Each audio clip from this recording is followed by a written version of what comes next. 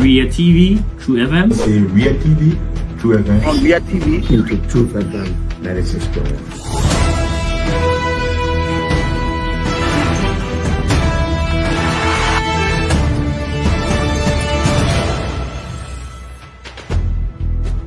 What's the meaning of the black barrier? The black barrier is to tell Joseph Bakala, if you don't organize yourself in a respectful manner, we'll take your later like You might say what you want to say, but for us, we are here to make sure we build our country, that we are respected. We have donors that are coming because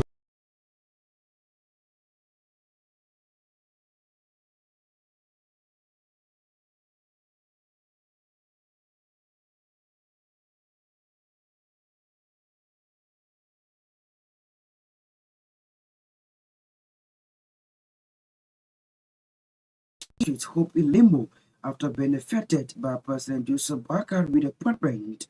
National Identification Registry and the Ministry of Health with support from UNICEF have launched the National Identity Documents for under 6-year-old children as NIR Executive Director Andrew Peters termed the initiative as a milestone for the country. Or its failure to timely submit requested information from National Intelligence Agency issues warning letter to Medtech Scientific International. And away from Liberia, at least 78 corpses and more than 240 illegal minors have been pulled to the surface since Monday in South Africa as part of a rescue operation. This plus many more the news bulletin or package on today's edition of the program News Desk. Our sponsor are Orange Liberia and EcoBank Liberia Limited. We'll take a break to be back. Ria TV, True FM. Say Ria TV, True FM. On Ria TV, into True FM 96.1.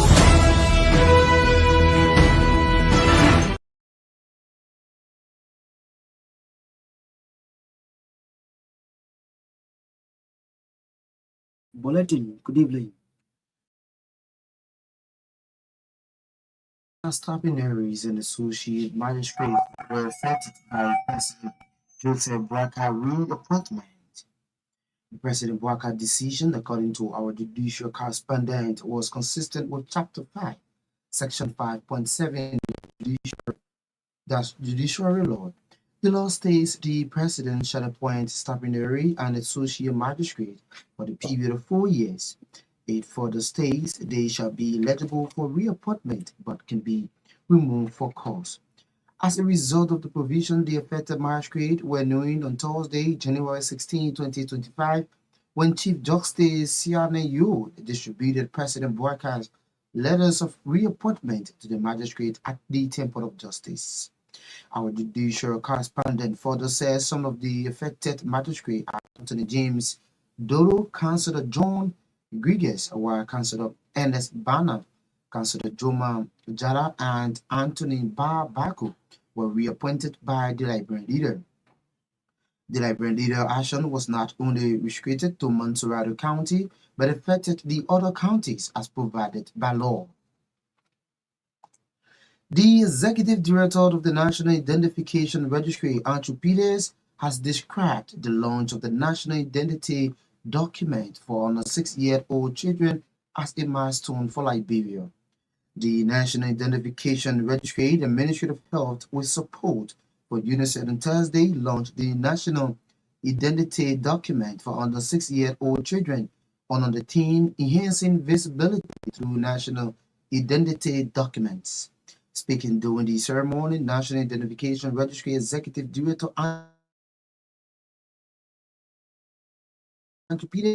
that is aimed at enrolling children under 6 years old intended to fulfill the core mandate of the NIR. According to him, the project will use an integrated approach and by working with the Ministry of Health to have children enrolled into the NIR on the pilot birth register and certificated. He revealed that the project targets 5,000 beneficiaries in 3 counties, including Bapolu, Grand Bassa, and Montserrat, and will be done in at least 60 communities in the 3 counties within 3 months. Director Peters lauded UNICEF for underwriting the cost of the project, noting that the registry targets is to enroll 100,000 children. Making remarks during the project launch, UNICEF representative Andrew Brooks commended Liberia for the level of progress made thus far in ensuring that its citizens get national identification card. Brooks thanked the leadership of the National Identification Registry for being fast-headed in decentralizing the process in the country.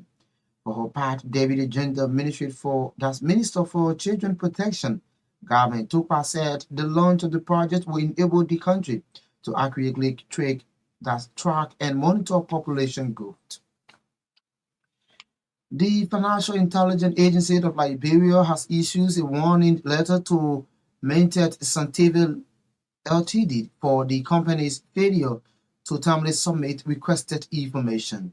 The FIA has given a 72-hour ultimatum to Myean Santeville Limited to justify why the company shall not be subject to sanction based on its failure to timely comply to requests emanating from the agency.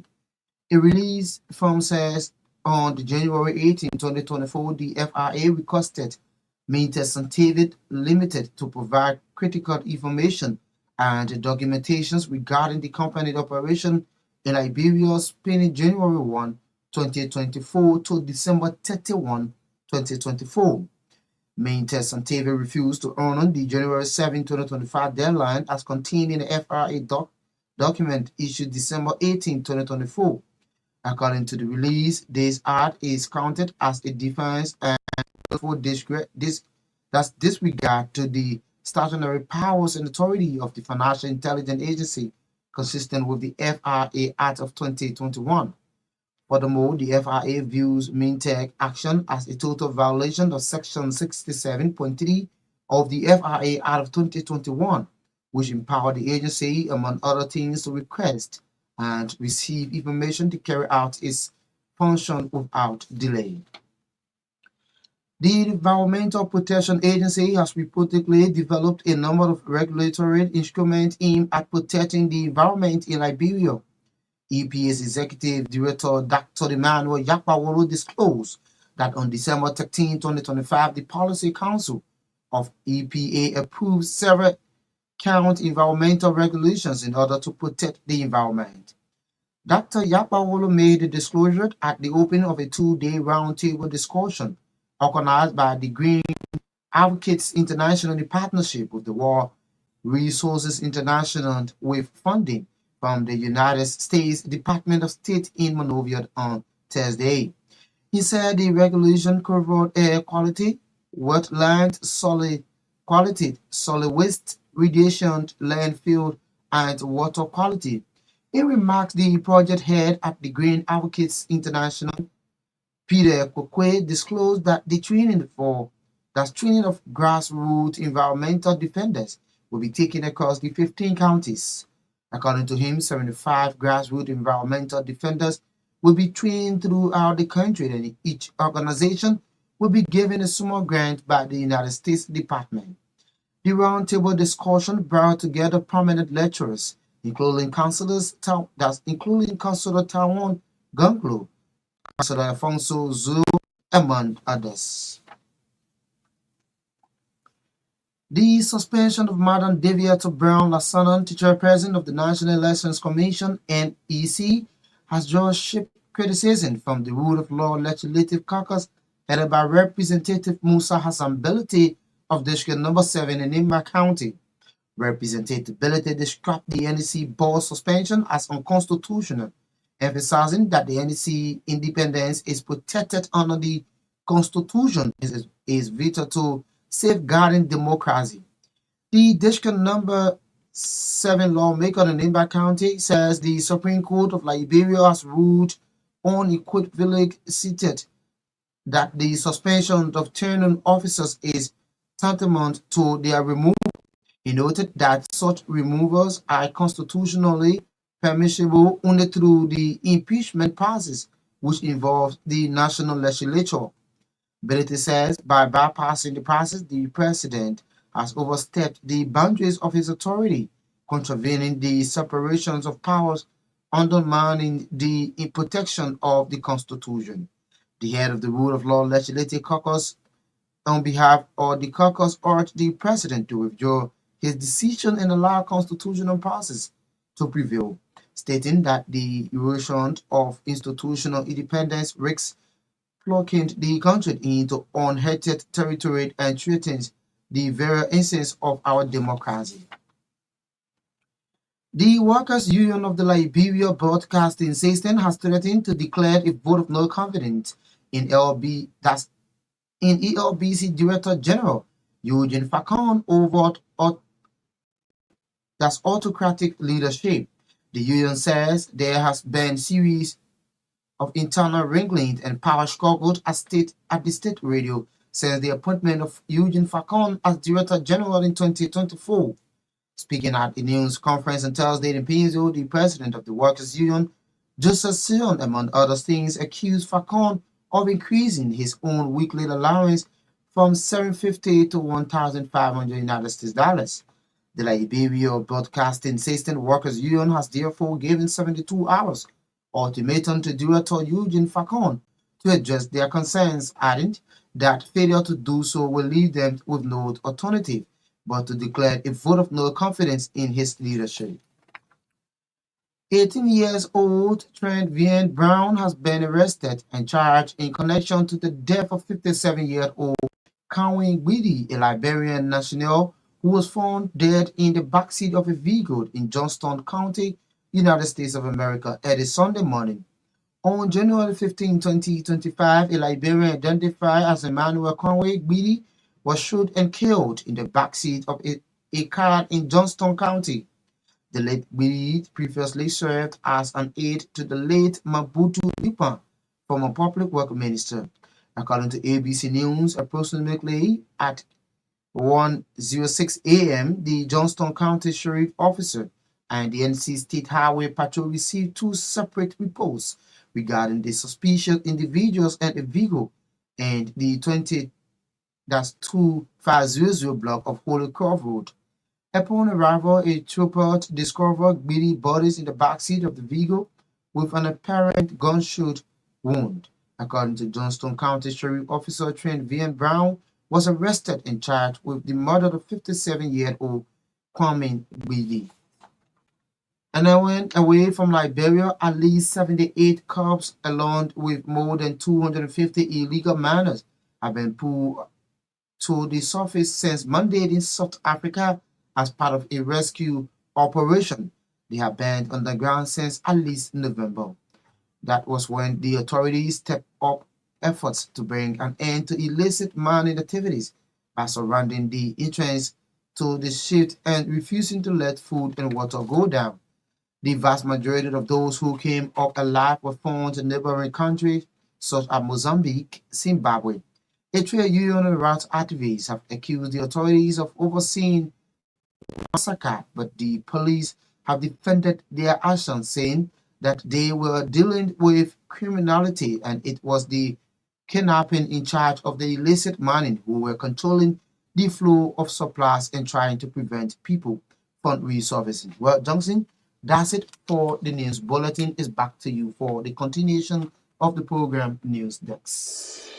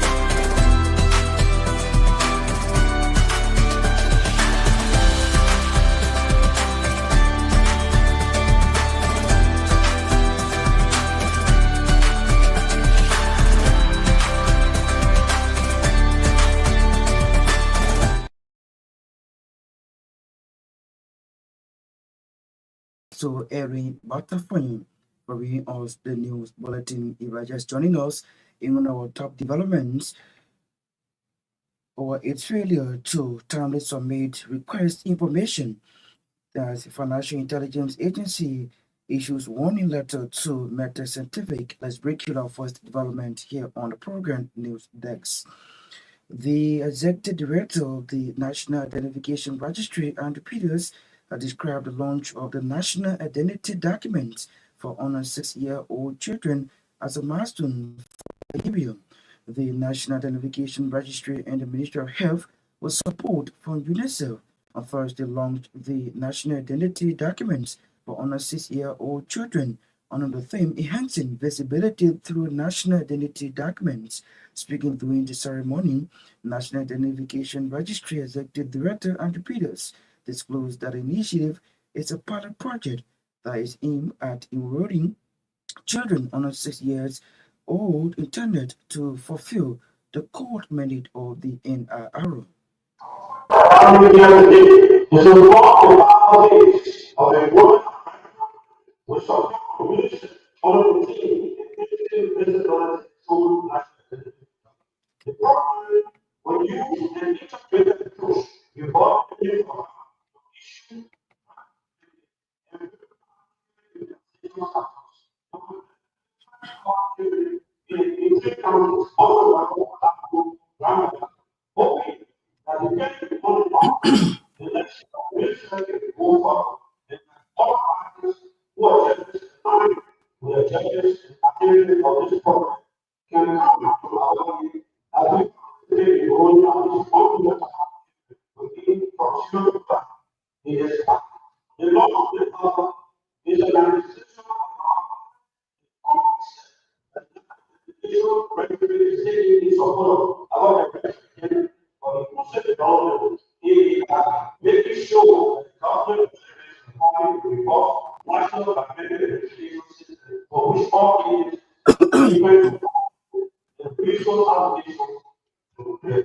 we are having big this few years you see everybody approach from 0 to 5 into the national system because the business of the officials are very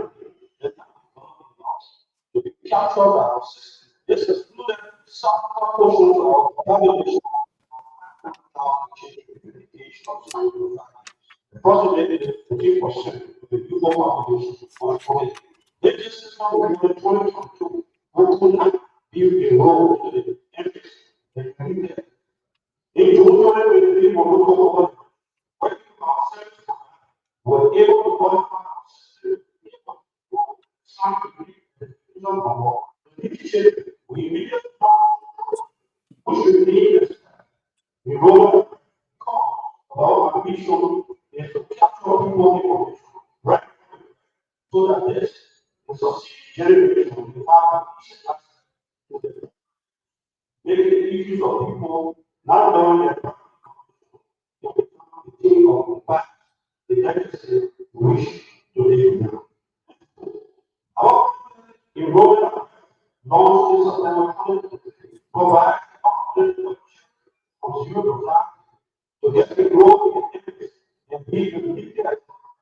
But in the future, it's so our friends and Israel and our people for this moment. But this moral children are already difficult to get resources. How we expect of the children can limit this time. Can make the car free of child. When we do not have this solution. This thing is leadership, and then we go working also. The advocacy for the mission of so serious. He is the executive director of the National Identification Registry, Andrew Peters, there speaking.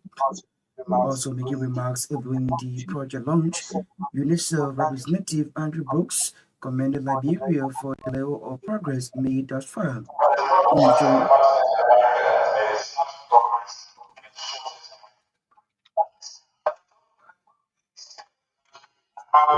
Yeah. Children registered for years old was 4%. I think that the population didn't exist anywhere. By the time you get to 2020, you are up to 66%. It's a massive increase. I'm not just saying that compare with any other country, there's no progress. So that's huge. And if we want to understand some of the reasons for that, we can definitely look at the first point I was making, was driven close to the people, center close to the people, so that it's take that we talk about this few fathers we see, right? But then we can get a certain a second reason is something we call interoperability, and it relates to the national identification registry. I'll come back to interoperability between the local administration service and the health system. Again, I think we have a very natural advantage in this country because the subject of birth registration is underneath the government. It's not like that in most countries. It's on the whole affairs, internal affairs, but the fact that babies are born and an increasing number of babies are born in the health infrastructure rather than in the village community is already an automatic opportunity to register the very group. And the third one, very much related to what we're doing, is the integration of registration data into the health information management system. And now we're hearing about the registry systems connections. They get to the very, very significant. So that's number one. We have a lot of reasons to be hopeful because when we connect these things, after having parallel systems, it makes things. The second thing is to congratulate this moment and the national identification registry. Why was it? Because in many countries, this idea of ID cards, ID registration is becoming a thing. But it's often being driven in parallel to existence. You'll be surprised how many national ID cards or national ID registration, they don't ask for voter registration, they just need. He is UNICEF Representative Andrew Brooks, the speaking for part. Deputy Gender Minister for Children Protection, Gbarntolmah said the launch of the project will enable the country to accurately track and monitor population growth.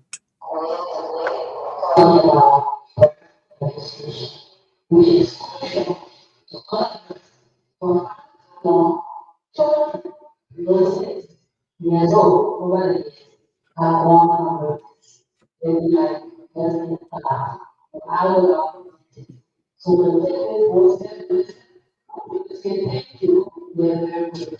All of our actors and the management. Therefore, the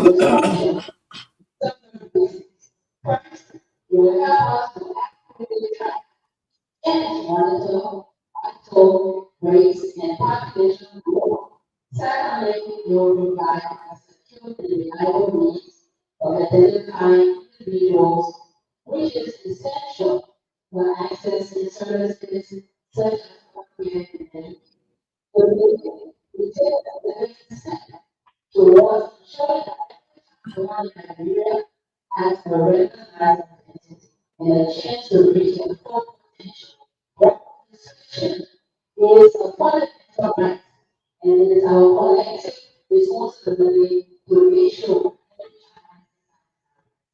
Again, I want to say thank you to all of our partners.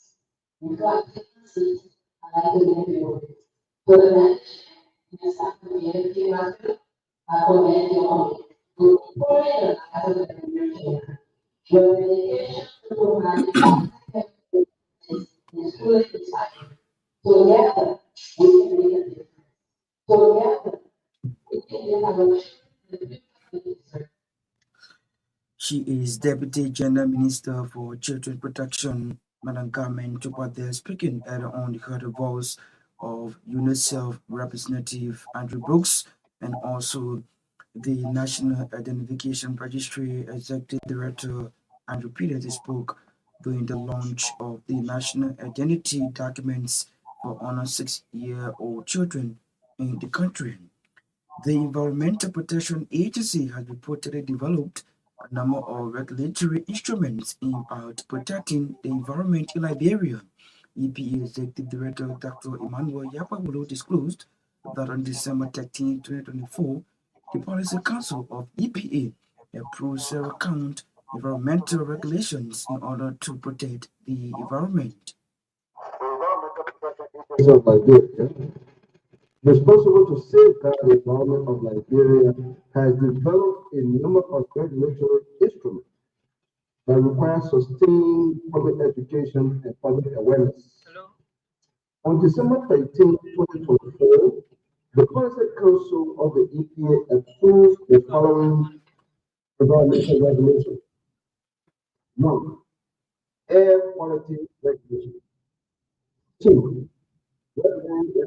To be paid in government revenue at the Liberia Revenue Authority (LRA) with an official receipt presented to EPA within 72 hours of the receipt of the official letter from the EPA.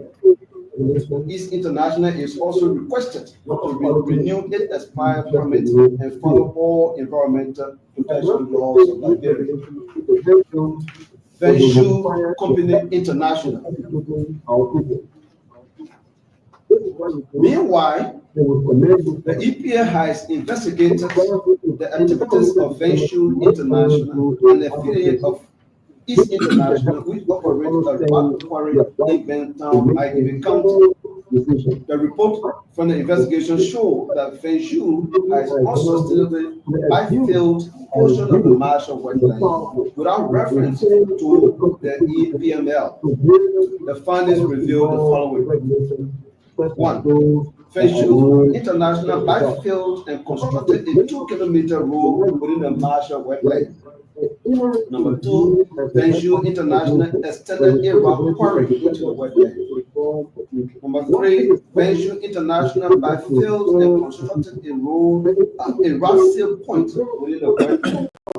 The act by Venshu International violates Part 4, Section 75 of the EPML, which calls for the protection of rivers, lakes, and wetlands. Consequently, Venshu International rock quarry is hereby ordered closed until a more sustainable method is approved by the EPA. What Mining Corporation Incorporated. EPA has investigated the illegal mining of black sand or zircon within the New West Point community in Brownsville, Montserrat County. The investigation was predicated upon media. They are speaking during the start of a 2-day roundtable discussion organized by the Green Advocates International, in partnership with the World Resource International, with funding for the United States Department of State in Monrovia. In remarks, the project head at the Green Advocates International, Peter Kogi, disclosed that the training of grassroots international or environmental defenders will be taken across the 15 counties. Having these trainings across the country, all the 15 counties, this project is targeting 75 defenders, people who are involved in environmental and human rights advocacy in their community. Specifically, we said grassroots defenders. So a project is a collaborative effort of the World Institute, our World Resources Institute, the WRI, and ally. And this project is affecting 6 countries. 6 countries are benefiting from this project. For the benefit of all of us, I'd like to just name countries. There's Guatemala, Brazil, Mexico, DRC, Congo, and Liberia. So we are blessed to be among 6 countries that have been funded by the U.S. State Department to support the work of grassroots defenders. We are aware that all of us in this room, described as grassroots defenders, we live in communities that are vulnerable. We face different kinds of prosecution. We are uprooted from our land, and people are polluting the places that we stay. How are we able to speak for ourselves? That is what this project is intended for.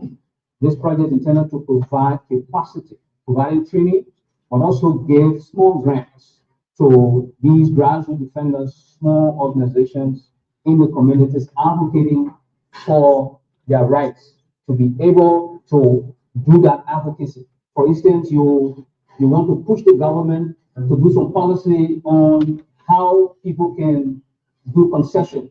Concession, I'm talking about the people coming to do plantation in your communities. Are you participating in that kind of conversation? We're trying to build capacity to know how to do some of that. For instance, there are organizations, there are institutions that are many in our communities that are polluting our waters. How do we challenge those people? How can we have information to be able to talk about that which is happening to us in those communities? That's what this project is intended.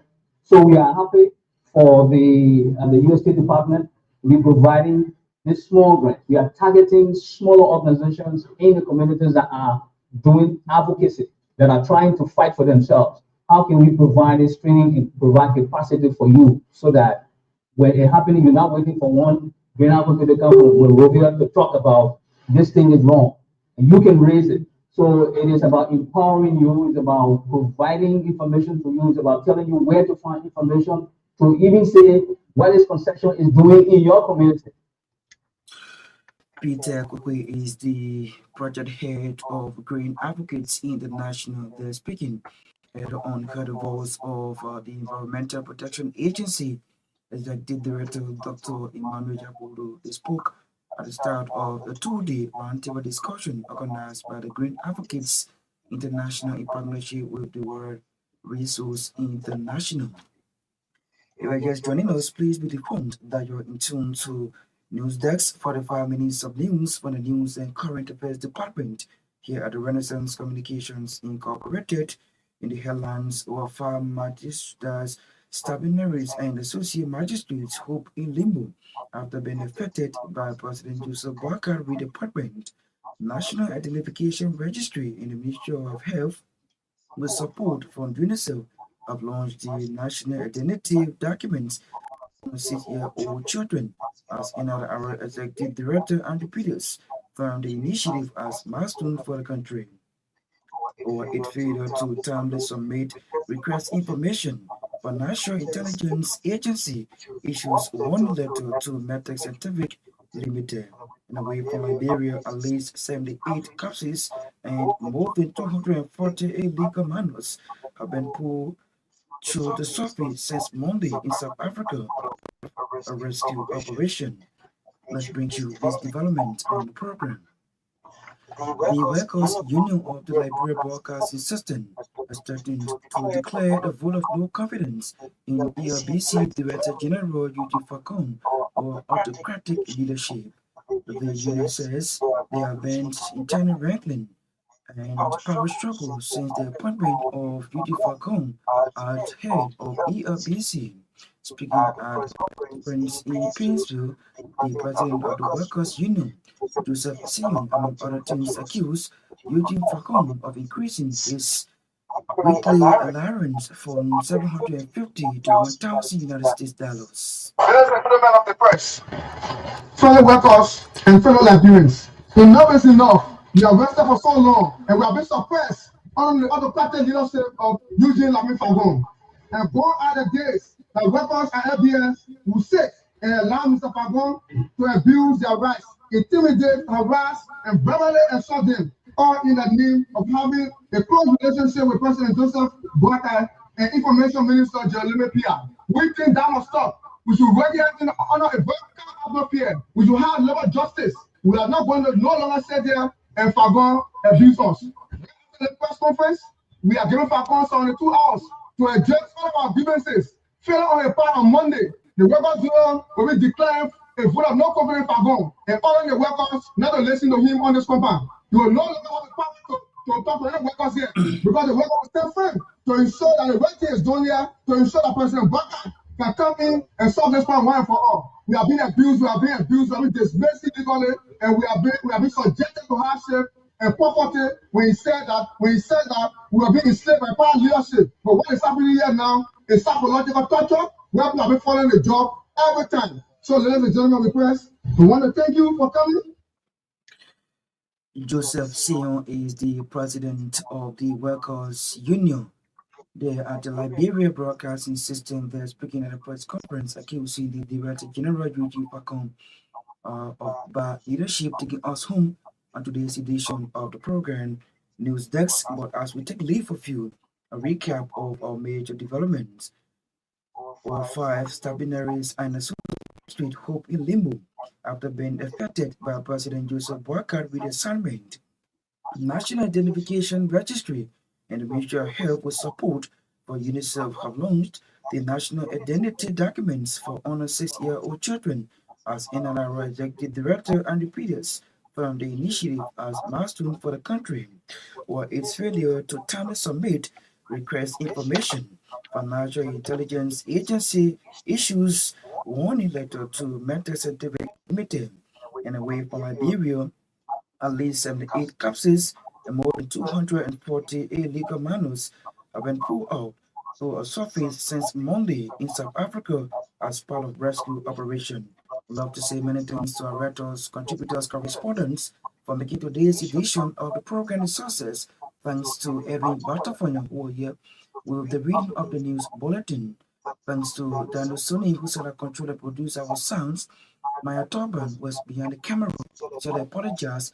We could not bring you the partial blast sports. American Liberia and EcoBank Liberia Limited are our 2 sponsors on the program. My name is Johnson Gbarntolmah. I presented. Good night. Ria TV, True FM. Say Ria TV, True FM. On Ria TV. Into True FM 96.1.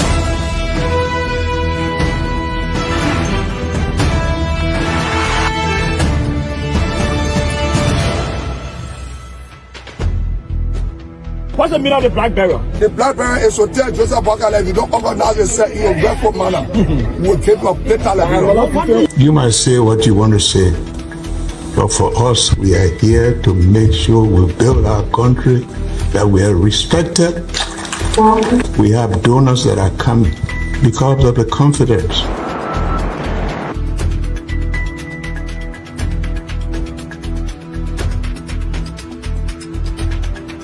Some news summary of talk. My name is Hansen the Representative. Welcome to News and Analysis, 30 minutes of news presentation about Liberia, Africa, and our one world. Presenting this newscast is proudly sponsored by Orange Liberia and EcoBank Liberia Limited.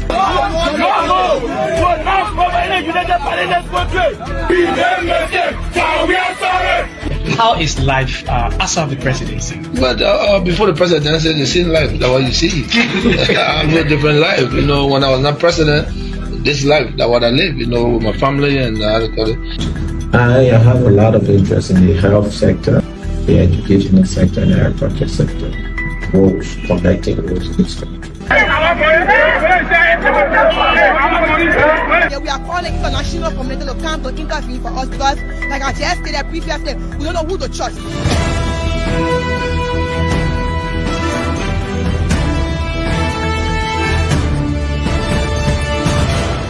Always make sure to turn on to our Ria TV and listening to Truth FM 96.1.